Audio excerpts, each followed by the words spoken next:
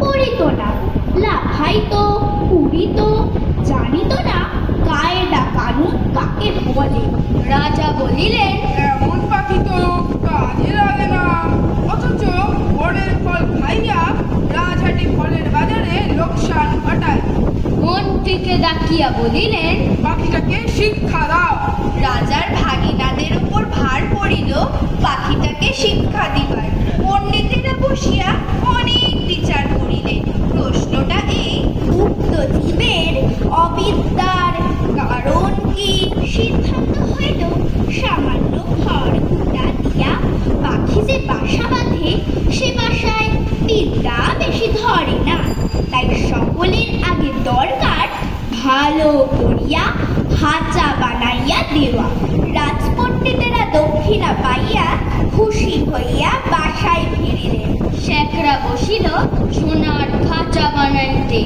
খাঁচাটা হইল এমন আশ্চর্য যে দেখিবার জন্য দেশ বিদেশের লোক ঝুঁকিয়া পড়িল। কেহ বলে শিক্ষার একেবারে হদ্দমুদ, কেহ বলে শিক্ষা যদি নাও হয় খাঁচা তো হইল, পাখির কি কপাল। শেখরা থলি বোঝাই করিয়া বক্ষিস পাইল।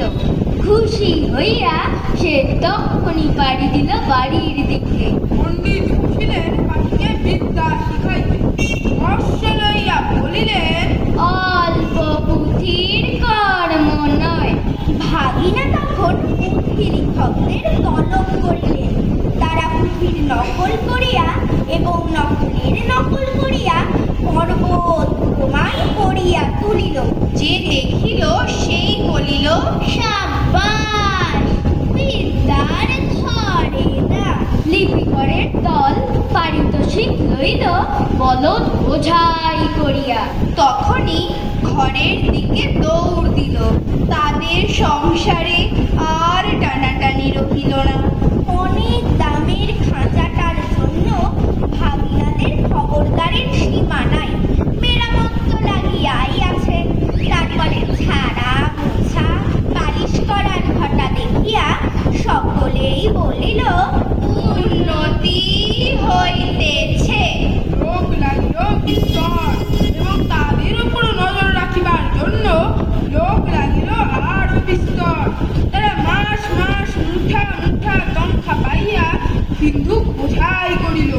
তারা এবং তাদের মামাতো ফুটুতো মাসতুতো ভাইরা খুশি হইয়া কোথাবালাখানায় গদি পাতিয়া বসিল। সংসারে অন্য অভাব অনেক আছে, কেবল মৃত্যু আছে যথেষ্ট।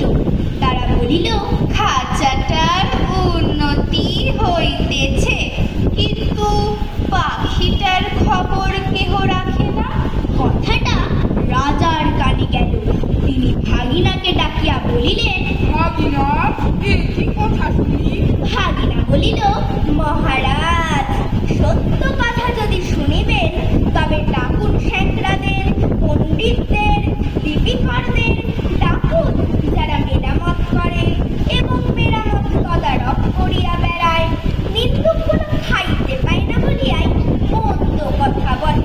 জবাব শুনিয়া রাজা অবস্থাটা পরিষ্কার বুঝে।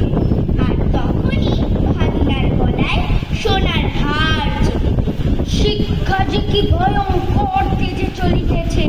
রাজার ইচ্ছা হইল স্বয়ং দেখিবেন। একদিন তাই পাত্র মিত্র অমাত্য লইয়া শিক্ষাশালায় তিনি স্বয়ং আসিয়া উপস্থিত।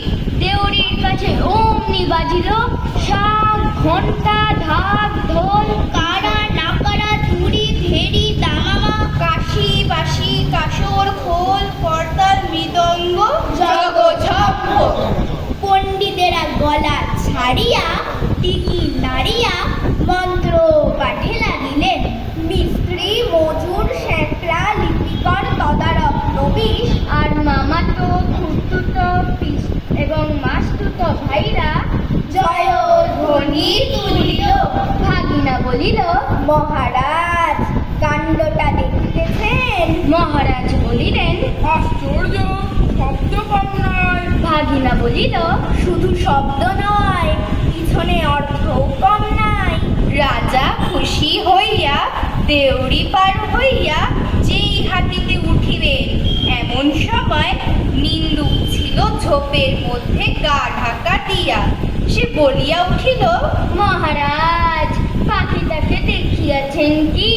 রাজার চমক লাগিল, বলিলেন, ওই যা, মনে তো ছিল না, পাখিটাকে দেখা হয় নাই। ফিরিয়া আসিয়া পণ্ডিতকে বলিলেন, পাখিকে তোমরা কেমন শেখাও, তার কায়দাটা দেখা চাই। দেখা হইল, দেখিয়া বড় খুশি। কায়দাটা পাখিটার চেয়ে এত বেশি বড় যে পাখিটাকে দেখাই যায় না। মনে হয় তাকে না দেখিলেও চলে। রাজা বুঝিলেন আয়োজনে ত্রুটি নাই, খাঁচায় দানা নাই, পানি নাই, কেবল রাশি রাশি পুঁথি হইতে রাশি রাশি পাতা ছিঁড়িয়া কলমের ডগা দিয়া পাখির মুখের মধ্যে ঠাসা হইতেছে।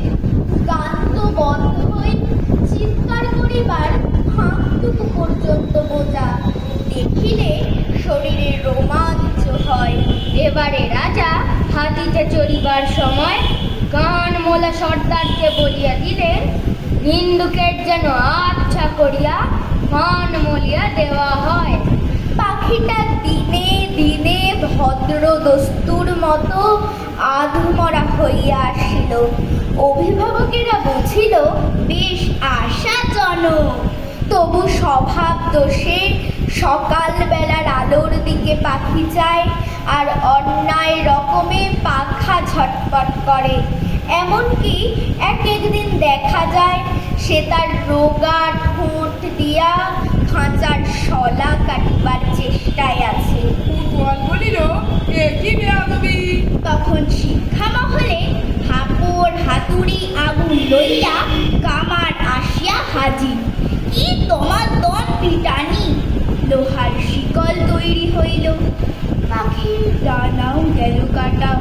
রাজার সম্বন্ধীরা মুখ ভারী করিয়া মাথা নাড়িয়া বলিল, এরা যে পাখিদের যে বলেছে আক্কেল নাই তা নয়, কৃতজ্ঞতাও নাই। তখন পণ্ডিতেরা এক হাতে কলম এক হাতে সরকি লইয়া এমনি কাণ্ড করিল যাকে বলে শিক্ষা। কামারের পশার বাড়িয়া কামার দুটির গায়ে সোনা দানা চড়িল এবং কোতোয়ালের হুঁশিয়ারি দেখিয়া রাজা তাকে শিরোপা দিল।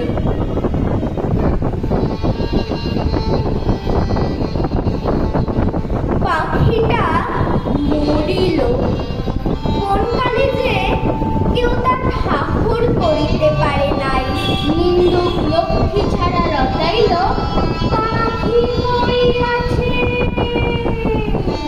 ভাগিনাকে ডাকিয়া রাজা বলিলেন, ভাগিনা, এ কি কথা শুনি?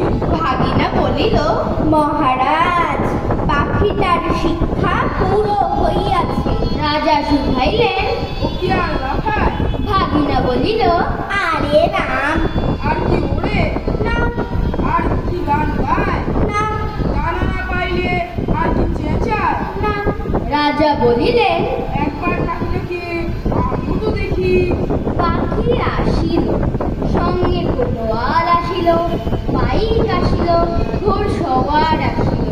রাজা পাখিটাকে টিপিলেন, সে হাঁ করিল না, হুঁ করিল না, কেবল তার পেটের মধ্যে পুঁথির শুকনো পাতা খসখস গজগজ করিতে লাগিল। বাহিরে নববসন্তের দক্ষিণ হাওয়ায় কিশলা